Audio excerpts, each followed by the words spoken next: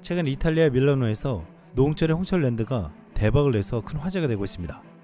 지난 15일부터 21일까지 이탈리아 밀라노에서 열린 2024 밀라노 디자인 위크에 노홍철과 스페인 아티스트 오투사산 미구엘이 협업을 통해 완성된 홍철 원더랜드가 전시되었습니다.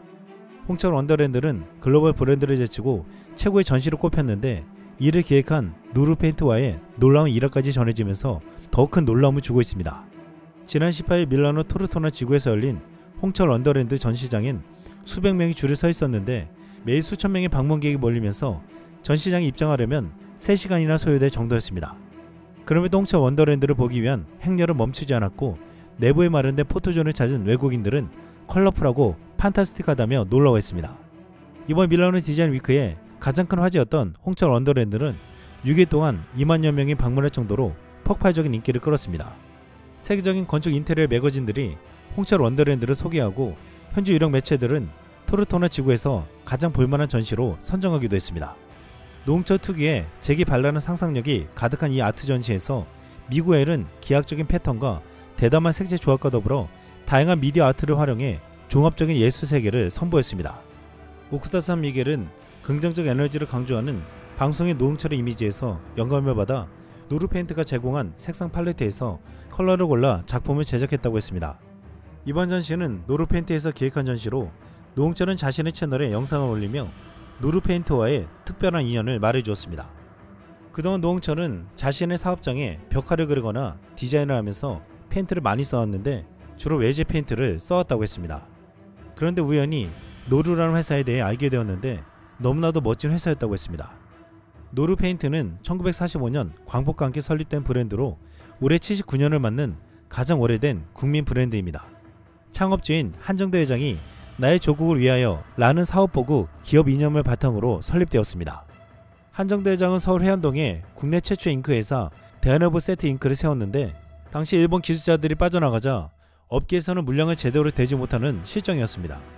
이에 우리 손으로 잉크를 만들자며 잉크 제조회사를 만든 것입니다. 이 회사는 번창했지만 잉크 제조업에 한계가 있을 것으로 내다보고 페인트 사업으로 눈을 돌렸습니다. 인쇄잉크와 페인트는 생산 시절, 제조 과정 등이 비슷해 원료와 제조 기술 노하우를 그대로 활용할 수 있었습니다. 페인트 사업은 말 그대로 대박이었습니다. 1970년대 경제개발이 시작되고 올림픽과 아시안게임, 대규모 신도시 건설과 중동지역 건설보험 등으로 사업은 점점 커졌습니다. 광복 후 일본의 잉크가 아닌 한국산 잉크를 만든 후 페인트까지 우리 손으로 만들어온 노르페인트는 1990년대 초부터 해외 시장을 개척하여 중국, 일본, 대만, 베트남, 인도네시아, 사우디아라비아, 인도 등에 수출하고 있습니다. 이 사실에 감명을 받은 노홍철은 무조건 노르페인트를 쓰기로 작심했고, 근래 오픈한 김해 홍철 책방의 벽화를 그릴 때 전부 다 노르페인트로 칠했다고 했습니다. 그런데 홍철 책방 옥상을 방수 페인트로 칠해야 하는데 노홍철은 방수 페인트는 초록색밖에 없어서 늘 못마땅했다고 했습니다. 그래서 페인트 회사마다 전화했는데 모두가 없다고 했지만 노르페인트에 전화를 하니 자신들도 없지만 만들어 보겠다고 했습니다. 결국 노홍철은 노르페인트가 만들어준 다양한 색깔의 방수 페인트로 옥상을 칠할 수 있었습니다. 이렇게 노홍철은 자신과 노르페인트와의 인연이 시작되었다고 했습니다. 노르페인트가 더욱 감동적인 것은 다른 전시는 대부분 자사의 제품을 광고하기 위해 제품을 놔두는데, 노르페인트는 노홍철의 전시에 자사 페인트 홍보가 전혀 없었다는 것이었습니다. 노홍철은 이것이 궁금해서 물어봤더니 노르페인트는 제품을 팔고 싶은 게 아니라 색을 만드는 회사이기 때문에 사람들에게 알록달록한 경험을 선사해주면 그걸로 만족합니다 라고 말했다고 했습니다. 결국 이런 마인드로 인해 홍철 원더랜드는 밀라노에서 정말 기발하고 놀라운 예술가의 전시로 인정받으며 대박 흥행을 이뤄냈다고 했습니다. 밀라노 행사 도중 노홍철은 전시장을 찾아 라이브 방송을 통해 작품을 소개하며 팬들과 소통해 더욱 화제를 모았습니다. 노홍철은 밀라노 근처에 위치한 레이크 꼬머 공원을 방문했는데, 공원에는 양 손바닥을 펼쳐 보이는 무한도전 특유의 인사포즈와 닮은 동상이 설치되어 있었습니다. 노홍철은 동상 앞에서 10년 만에 무한도전 포즈를 취해 보였는데, 그는 옛날 방송에서 밀라노를 도전했는데 라며 어릴 적에는 도전에 실패하면 실망하고 그랬는데 실패가 감동으로 돌아온다. 나이가 들면 이런 게 재밌다라고 말했습니다. 노홍철은 오랜만에 무한도전을 언급했는데, 무한도전 멤버들은 지난 2014년 밀라노에서 모델로 서기 위해 혹독한 다이어트와 탄탄한 근육을 만들었습니다. 노홍철도 한 달간 무려 15kg을 감량하고 초콜릿 복근을 완성하며 참가 의지를 불태웠습니다. 하지만 노홍철을 비롯해 멤버 전원이 오디션에서 탈락했습니다. 이에 11년 만에 다시 밀라노를 찾아와 최고의 전시를 만들어낸 노홍철은 굉장히 뿌듯해했습니다. 이번 노홍철의 전시가 더 의미가 있었던 것은 올해가 한국과 이탈리아 수교 140주년으로 이탈리아에서는 다양한 한국 행사가 열리고 있기 때문입니다. 이탈리아 사람들은 자국 문화에 대한 자존심이 워낙 강해 다른 문화에 관심을 갖는 경우가 거의 없었는데 할리우드도 이탈리아는 뚫지 못한다는 말이 나올 정도라고 했습니다. 파리에는 아시아 식당이 많지만 로마에는 거의 없는 이유도 이 때문이라고 했습니다. 하지만 유독 이탈리아 사람들은 K-드라마, K-영화에 열광하고 있는데 그만큼 공감할 수 있는 부분이 많기 때문이라고 했습니다.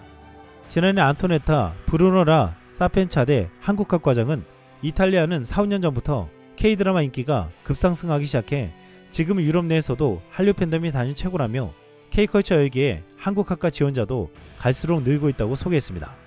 720년의 역사를 지닌 라 사비엔차데는 2001년 한국학과를 설립한 뒤 학부부터 석박사까지 전과정 운영하고 있으며 재학생만 500명에 달할 정도입니다. 지난 4월 피렌체 한국영화제에는 이탈리아 현지 팬들로 가득했는데 배우 이병헌이 깜짝 등장하자 현지 팬들이 미친듯이 환호하는 광경이 연출되었습니다.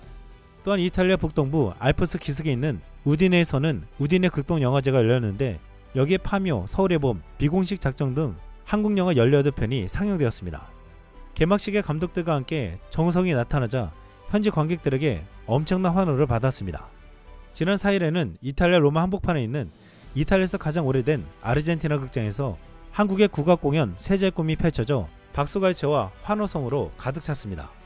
이탈리아에서도 K-팝이 선풍적인 인기를 끌고 있지만 한국 문화를 알리는 시발점으로 국악과 무용을 섞은 공연을 선보인 것입니다. 세자의 꿈은 올해 한국과 이탈리아의 상호문화 교류회를 알리는 공식 개막 공연으로 국립국악원이 기획한 해외 초연 작품입니다. 이날 6층 높이 오디토리움에 마련된 좌석 700개가 빈자리 없이 꽉 들어찼는데 문체부에 따르면 20에서 3유로짜리 티켓이 열흘 만에 모두 팔렸다고 했습니다.